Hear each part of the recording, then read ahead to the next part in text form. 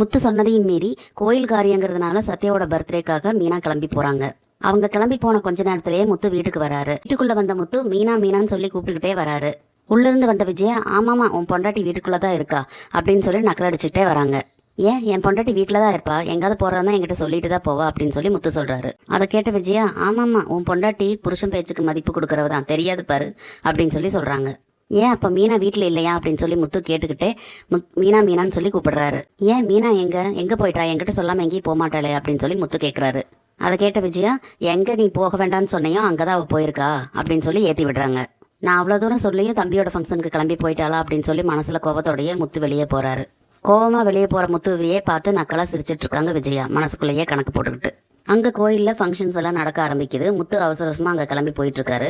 கோயில்ல பூஜையெல்லாம் முடிஞ்சு வந்தவங்களுக்கு கூழ் ஊத்துறதுக்காக எல்லாம் ரெடி பண்ணிக்கிட்டு இருக்காங்க. அப்போ கரெக்டா அங்க முத்து போயிடுறாரு. அங்க வந்த முத்துவை பார்த்தோன்னா மீனாவுக்கு ரொம்ப அதிர்ச்சி ஆயிடுது. மீனாவை பார்த்த முத்து, நான் அவ்வளவு தூரம் சொல்லியும் நீ இங்க கிளம்பி வந்துட்டியா, அப்ப எனக்கு என்ன மரியாதை அப்படின்னு சொல்லி கத்துறாரு. மீனா எதுக்காக வந்தேன் அப்படின்னு சொல்லி அவங்க தரப்பு நியாயத்தை சொல்ல வரும்போது அதை கேட்காம முத்து ரொம்ப சண்டை போட்டுட்டு கிளம்பி வந்துடுறாரு. கொஞ்ச நேரத்துல மீனாவும் வீட்டுக்கு வந்துடுறாங்க. நைட்டு ரொம்ப நேரம் ஆகியும் முத்து வீட்டுக்கு வரவே இல்லை. அவருக்காக மீனா சாப்பிடாம காத்துக்கிட்டு இருக்காங்க. ரொம்ப நேரம் கழிச்சு முத்து வீட்டுக்குள்ள வராரு. வரும்போதே தள்ளாடிட்டே வராரு. அதை பார்த்த மீனா, என்ன இவர் ஒரு மாதிரியா வராரு அப்படின்னு சொல்லி பார்த்துக்கிட்டே இருக்காங்க. உள்ள வந்த முத்து ஏய் மீனா அப்படின்னு சொல்லிக்கிட்டே வராரு. என்னங்க என்ன ஒரு மாதிரி இருக்கீங்க, ஏன் இப்படி இருக்கீங்க அப்படின்னு சொல்லிட்டு மீனா பக்கத்துல வராங்க. அவர் குடிச்சிருக்காருங்கிறது தெரிஞ்சு என்ன இவர் பழையபடி மறுபடியும் குடிக்க ஆரம்பிச்சிட்டாரா அப்படின்னு சொல்லி நினைச்சு கவலைப்படுறாங்க. ஏன் இப்படி எல்லாம் பண்ணியிருக்கீங்க அப்படின்னு சொல்லி மீனா கேட்கவும், எனக்கே இங்கே மரியாதை இல்லை, என் பேச்சுக்கு என்ன மரியாதை, நான் அவ்வளோ தூரம் சொல்லியும் நீ பாட்டுக்கு அங்கே கிளம்பி போனே இல்லை அப்படின்னு சொல்லிட்டு ஒரு பேசிக்கிட்டு இருக்காரு.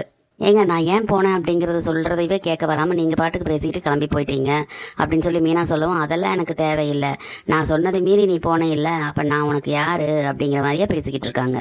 அவர் பாட்டுக்கு குடிச்சிட்டு பேசுகிறத பார்த்தோன்னே மீனா நீங்கள் இது மாதிரியே பண்ணிக்கிட்டு இருந்தீங்கன்னா நான் மாமாவை கூப்பிடட்டுமா அப்படின்னு சொல்லி கேட்குறாங்க. உடனே முத்து எந்திரிச்சிட்டு பேசுறத அப்படியே ஸ்டாப் பண்ணிட்டு பெட்ல இருந்து தலகாணி வச்சுட்டு எல்லாத்தையும் தூக்கி வீசுறாரு.